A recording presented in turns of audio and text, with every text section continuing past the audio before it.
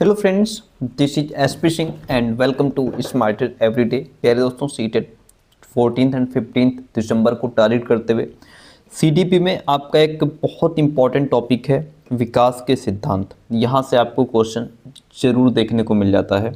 विकास के सिद्धांत क्या होते हैं, ठीक है, सेफेलोकॉर्डल क्या होता है, प्रॉक्सिमोडिस्टल क्या होता है, व्यक्तिगत भिन्नता का सिद्धांत, समान प्रतिमान का सिद्धांत हो गया, एकीकरण का सिद्धांत, ये सारे ही विकास के सिद्धांत हैं आपके।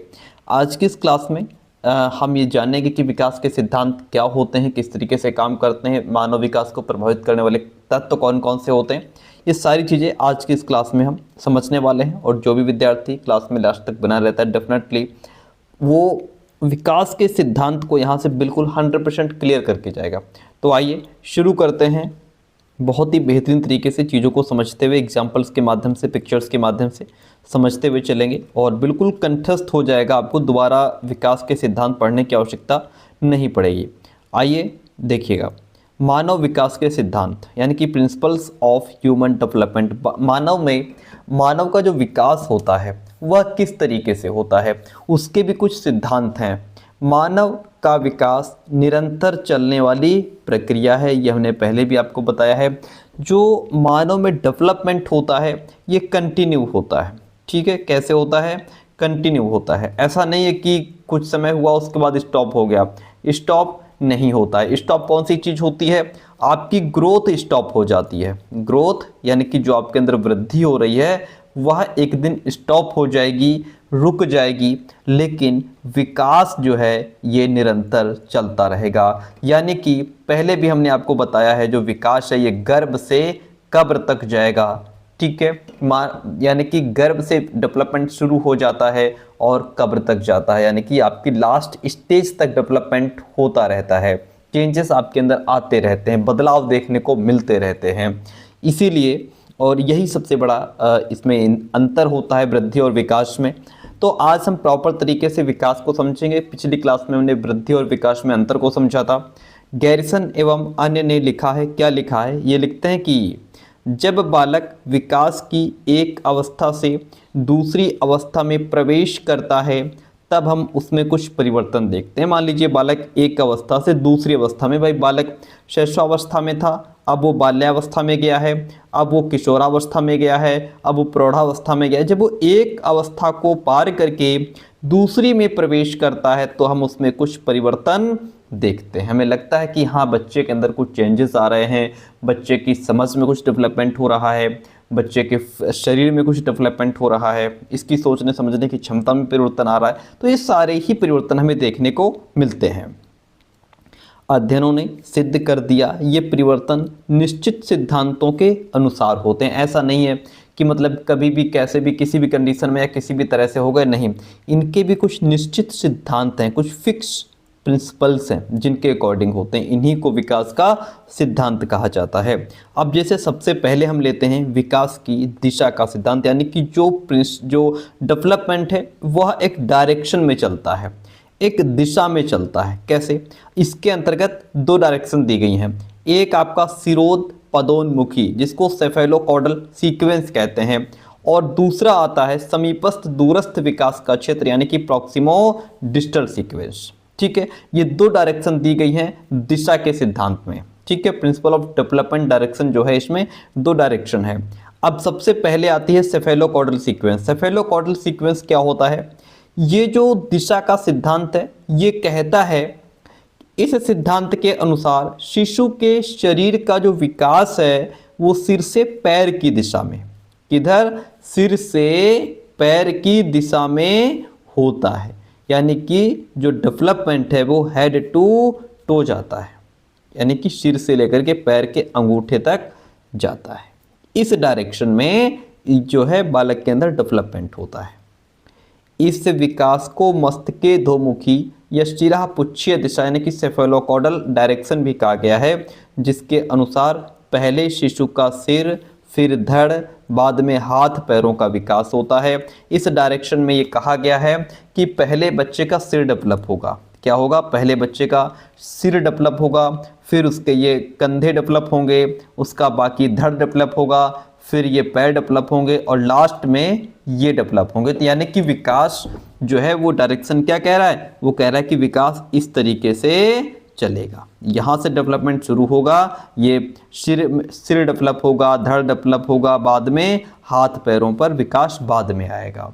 इस तरीके से ये वाली डायरेक्शन दी है। ये वाली डायरेक्शन कौन सी है, ये वाली जो डायरेक्शन है ये हमारी सिरोध पदोन्मुखी कहलाती है, जिसमें जो डेवलपमेंट है वो हेड टू टो जाता है। इसी को क्या नाम दिया गया है, सेफेलोकॉडल। ठीक है, अब इसकी जो दूसरी डायरेक्शन है वो क्या कहती है, दूसरा नाम है समीपस्थ दूरस्थ विकास। ये कहता है, ये डायरेक्शन ये कहती है कि विकास शरीर के मध्य भाग से, विकास कहाँ से, शरीर के मध्य भाग से, ये सेंटर से बाहरी भागों तक होता है। ठीक है, यानी कि मध्य भाग में आपका जैसे पहले रीढ़ की हड्डी का विकास होता है और उसके बाद भुजाओं, हाथ और अंगुलियों का विकास होता है। भाई आपके सेंटर में यहाँ पे क्या है, आपके सेंटर में यहाँ पे रीढ़ की हड्डी है, सेंटर में आपका हार्ट आ जाता है, ये चीज़ें सेंटर में है। ये कहता है सिद्धांत की पहले रीढ़ की हड्डी, ये जो सेंटर में चीज़ें हैं ये डेवलप होंगी, इनसे डेवलपमेंट फिर बाहर की तरफ जाएगा। यहाँ से डेवलपमेंट कैसे जाएगा, बाहर की तरफ आएगा, यानी कि केंद्र से बाहर की ओर आएगा। ठीक है, इसमें पहले यहाँ से चीज़ें डेवलप होंगी, फिर धीरे धीरे बाहर की तरफ आएगा तो आपकी भुजाएं डेवलप होंगी, फिर आगे हाथ डेवलप होगा और फिर फिंगर्स का डेवलपमेंट होगा। तो ये क्या हो गया, ये आपका जो केंद्र से बाहर की ओर डेवलपमेंट आ रहा है। इससे पहले जो हम सेफेलोकॉडल पढ़ रहे थे वो कहते थे कि वो कह रहा था कि विकास इस तरीके से चलता है, ये कह रहा है कि विकास इस तरीके से चलता है, केंद्र से बाहर की ओर चलता है। ये दोनों में अंतर है, इसको प्रॉक्सिमो डिस्टल सीक्वेंस कहते हैं। ओके, ये पहला सिद्धांत हो गया हमारा विकास का। चलिए आगे बढ़ते हैं। दूसरा सिद्धांत है, कहता है निरंतर विकास का सिद्धांत, जिसको प्रिंसिपल ऑफ कंटिन्यूअस ग्रोथ भी कहते हैं। ये सिद्धांत इस बात पर जोर देता है कि व्यक्ति में कभी कोई आकस्मिक परिवर्तन नहीं होता, अचानक परिवर्तन नहीं होता। ऐसा नहीं होता हमने कल जो है कि बच्चे को देखा था तो वो घुटने के बल चल रहा था और आज सुबह देखा तो वो दौड़ने लगा, ऐसा नहीं है। ये क्या है, एक कोई भी अचानक परिवर्तन नहीं होता।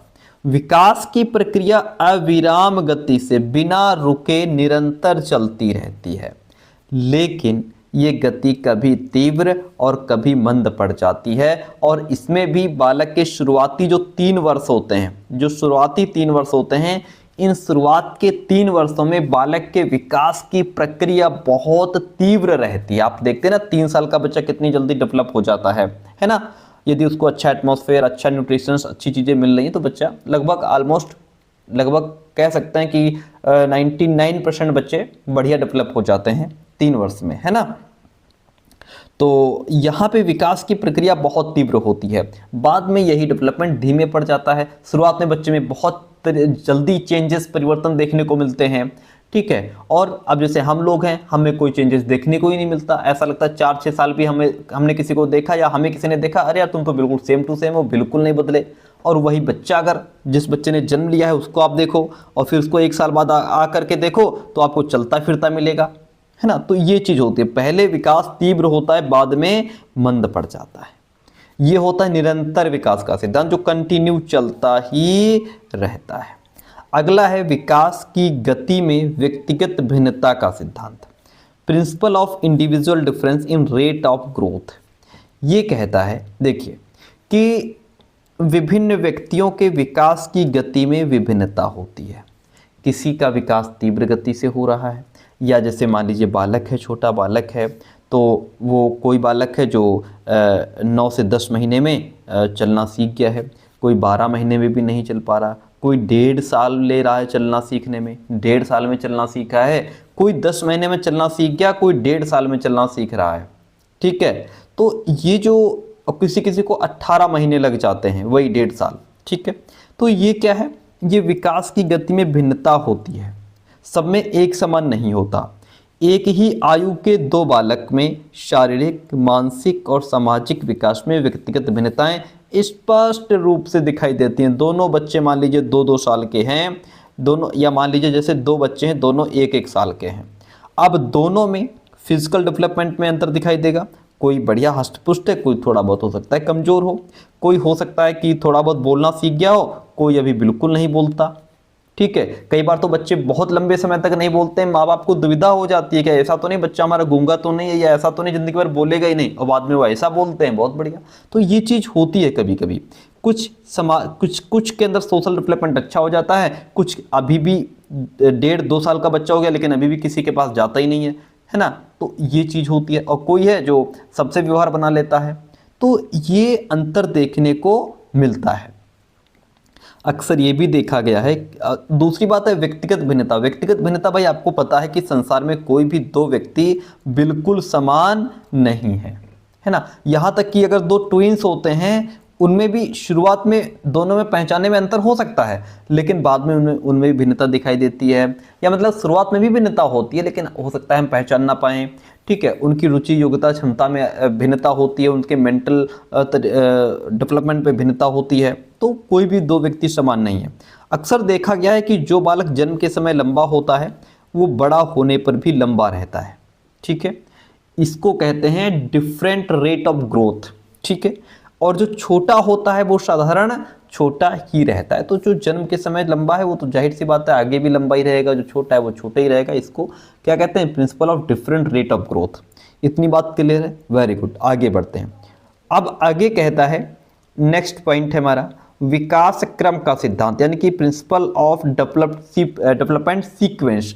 ये कहता है कि जो डेवलपमेंट होता है वो एक सीक्वेंस में चलता है। कैसे चलता है? एक सीक्वेंस में चलता है, सीक्वेंस कभी ब्रेक नहीं होता। कैसे? इस सिद्धांत के अनुसार विकास एक व्यवस्थित और निश्चित क्रम से होता है। जो सीक्वेंस फिक्स है वो फिक्स है, वो कहीं टूटता नहीं है, चाहे संसार में कहीं चले जाओ। ठीक, बालक का गामक चाहे वो गति से संबंधित हो अर्थात लैंग्वेज से संबंधित हो, विकास एक क्रम में होता है, एक सीक्वेंस में होता है। जैसे तीसरे माह से वो गले से एक विशेष प्रकार की आवाज़ निकालता है, छठे माह से आनंद ध्वनि खिलखिला करके हंसने लगता है, सातवें माह में वो पा बा मा दा इस प्रकार के शब्दों को बोलने का प्रयत्न करने लगता है। यानी कि जो विकास है वो एक क्रम से चलता है, एक सीक्वेंस में चलता है। भाई अगर बच्चा, भाई सीक्वेंस क्या है? बच्चा पहले जो है कि लुढ़कना सीखेगा, बच्चा पहले लुढ़कता है, फिर धीरे धीरे बैठना सीखता है ना। फिर बैठने के बाद फिर धीरे धीरे घुटने के बल चलना सीखता है ना। धीरे धीरे घुटने के बल चलना सीखता है, फिर वो खड़ा होना सीखता है, उसके बाद फिर पैरों के बल चलना सीखता है, उसके बाद दौड़ना सीखता है। ये क्या है? ये एक सीक्वेंस है। ये सीक्वेंस ब्रेक नहीं हो सकता। ऐसा नहीं कि हमारे यहाँ के बच्चे पहले घुटने के बल चलते हैं बाद में बैठना सीखते हैं, और अमेरिका के बच्चे पहले दौड़ना सीखते हैं फिर घुटने के बल चलना सीखते हैं। ऐसा नहीं है। चाहे भारत के बच्चे हों चाहे यूएसए के बच्चे हों, दोनों बच्चे क्या होंगे? पहले बैठना सीखेंगे, फिर घुटने के बल चलना सीखेंगे, फिर खड़े होना सीखेंगे। ये एक सीक्वेंस है, ये ब्रेक नहीं हो सकता। चाहे वो लैंग्वेज संबंधी हो, बच्चा पहले अगर वो हमारे यहाँ पहले 6 माह में वो खिलखिलाकर हंसता है तो वहाँ का बच्चा भी 6 महीने में खिलखिलाकर हंसना ही सीखेगा। अगर वो पहले पा बा मा दा शब्द बोलने का प्रयास करता है तो सारे बच्चे यही बोलने का प्रयास करते हैं, जिस तरीके की जहाँ पे लैंग्वेज हो उस तरीके से बोलने का प्रयास करते हैं। तो ये एक सीक्वेंस होता है जो कभी ब्रेक नहीं होता। आगे बढ़ेंगे, समान प्रतिमान का सिद्धांत, यानी कि यूनिफॉर्म पैटर्न ये सेम रहता है। कैसे? हरलॉक ने इस सिद्धांत का अर्थ इस प्रकार स्पष्ट किया है कि प्रत्येक जाति, चाहे कोई भी जाति हो, मानव हो, पशु हो, कोई भी हो, चाहे वो पशु जाति हो या मानव जाति हो, अपनी जाति के अनुरूप विकास के प्रतिमान का अनुसरण करती है, अपनी जाति के अकॉर्डिंग। ठीक है, जैसी उसकी जाति है। भाई मानव है तो मानव का बच्चा है तो अपनी जाति के हिसाब से वो क्या करेगा? प्रतिमान का अनुसरण करेगा, पैटर्न को फॉलो करेगा।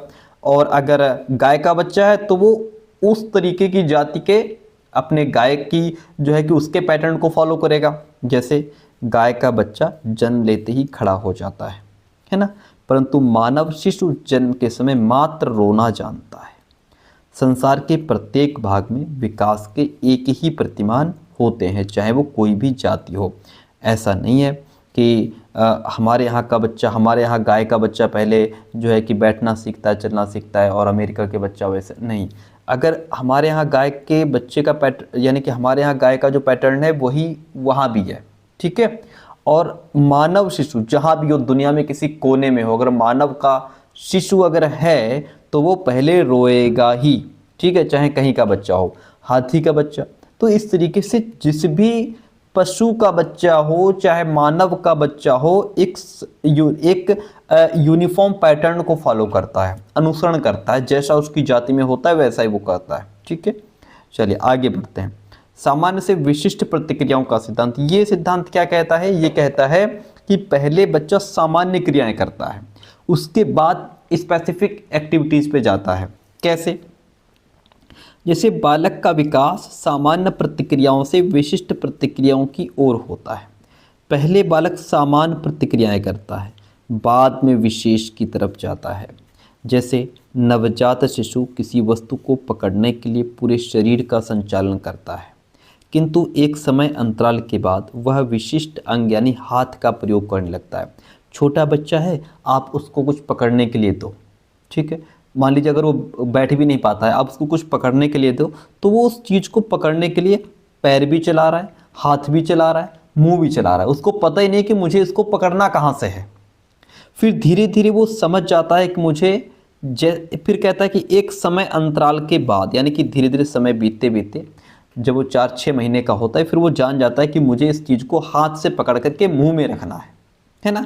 तो वो बाद में विशेष अंग यानी कि हाथ का प्रयोग करने लगता है। जिस चीज़ के लिए पहले पूरा शरीर चला रहा था, अब उसके लिए वो सीख गया है कि मुझे एक स्पेसिफिक पार्ट का यूज़ करना है, विशेष अंग का यूज़ करना है।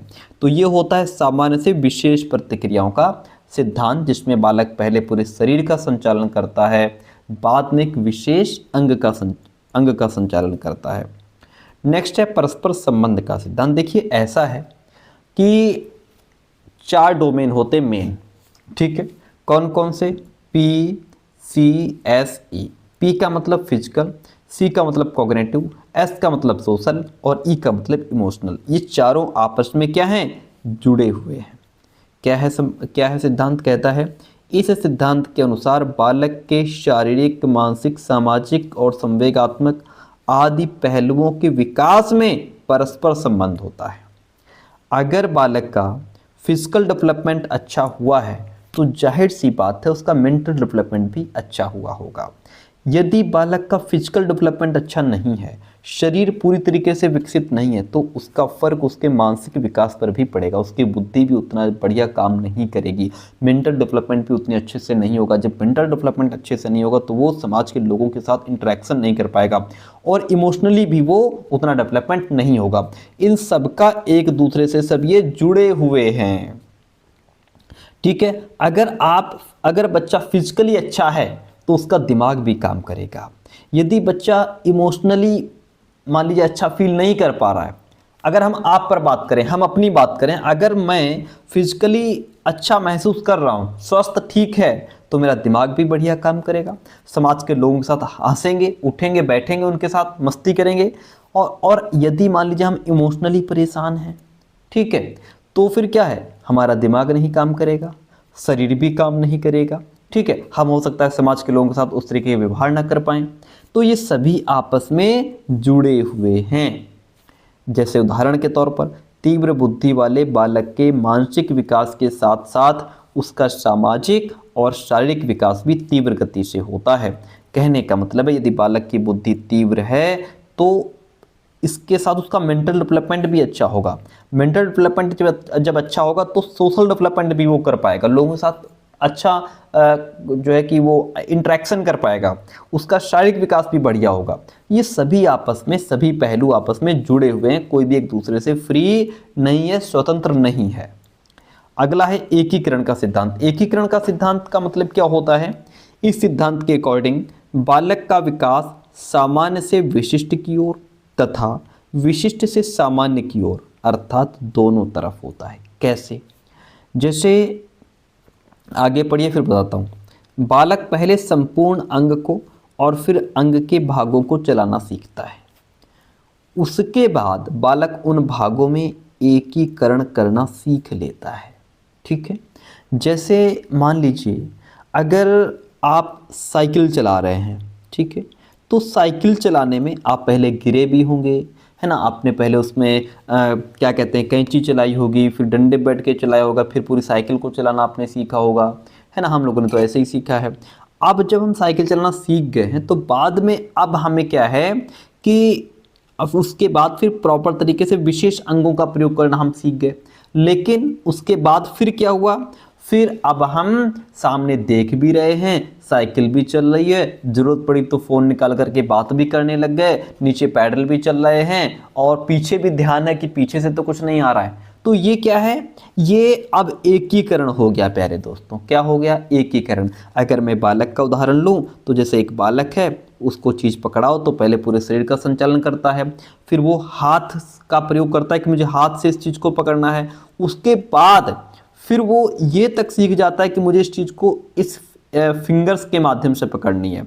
ठीक है, अब जैसे अगर आप पेंसिल पकड़ा रहे हैं तो पहले बच्चा पूरे 5 उंगली यूज़ करता है, फिर बाद में पता लग जाता है कि मुझे अंगूठा और फिंगर, 2 फिंगर का यूज़ करके इसको पकड़ना है। ठीक है, और उसके बाद फिर वो सीख जाता है कि मुझे किस तरीके से अपने इन फिंगर्स का, अपने हाथ का, सबका एक साथ यूज़ करना है। इसको एकीकरण कहते हैं। ठीक है, इसको इंटीग्रेशन कहते हैं। चलिए अगला पॉइंट है हमारा वंशानुक्रम और पर्यावरण की अंतःक्रिया का सिद्धांत। देखिए हेरिडिटी एंड एनवायरनमेंट, ये 2 ही चीज़ें आपकी साइकोलॉजी में चलती हैं। ठीक है, क्या, हेरिडिटी एंड एनवायरनमेंट, यानी कि बालक के जो डेवलपमेंट होता है उन पर इन्हीं 2 चीज़ों का प्रभाव पड़ता है। बालक के विकास पर वंशानुक्रम, यानी कि आपके पेरेंट्स से जो गुण आपको मिले वो वंशानुक्रम कहलाते हैं। और जिस एटमॉस्फेयर में आप पल बढ़ रहे हैं वो एटमॉस्फेयर, जब इन दोनों का की अंतःक्रिया होती है तब आपका डेवलपमेंट निखर करके आता है सामने, आपका व्यक्तित्व निखर करके आता है सामने। इनका प्रभाव पड़ता है। माता पिता से प्राप्त गुणों का विकास बालक प्राकृतिक और सामाजिक परिवेश में रह करके करता है। जो भी माता पिता से प्राप्त गुण हैं वो डेवलप कहाँ होंगे, वो प्राकृतिक और सामाजिक परिवेश में होंगे। किस प्रकार के समाज में आप रह रहे हैं, वहाँ का एटमॉस्फेयर कैसा है, उनका प्रभाव इस पर पड़ेगा। बालक के विकास के लिए आनुवंशिकता से प्राप्त गुण अंतर्निहित होते हैं, बालक के अंदर छिपे रहते हैं, लेकिन जब वो उजागर होते हैं तो एटमॉस्फेयर का उन पर प्रभाव पड़ता है, जिन्हें वातावरण की अंतःक्रिया के द्वारा ही बाहर लाया जाता है। ठीक है, मान लीजिए यदि बालक के जो पिताजी हैं वो बहुत बुद्धिमान है, बहुत दिमागी हैं, ठीक है, तो इनके जीन्स बच्चे को मिले, ठीक है, वो जीन्स बच्चे को मिले, बच्चा भी बड़ा बुद्धिमान है, लेकिन अगर बच्चे को उस तरीके का एटमॉस्फेयर नहीं मिला तो क्या वो उतना ही बुद्धिमान रहेगा जितने उसके पिताजी हैं? शायद नहीं रहेगा, क्योंकि उसको उस लेवल का एटमॉस्फेयर नहीं मिला, है ना। लेकिन अगर पिताजी की तरफ से उसको गुण भी मिले हैं, बहुत अच्छा एनवायरनमेंट भी मिला है, तो वो चीज़ बढ़िया तरीके से निखर करके सामने आएगी। ये होता है वंशानुक्रम और पर्यावरण की अंतःक्रिया का सिद्धांत। ठीक है, तो ये थे हमारे विकास के सिद्धांत, जिसको हमने बहुत बढ़िया तरीके से समझा, बहुत आसान भाषा में समझ लिया।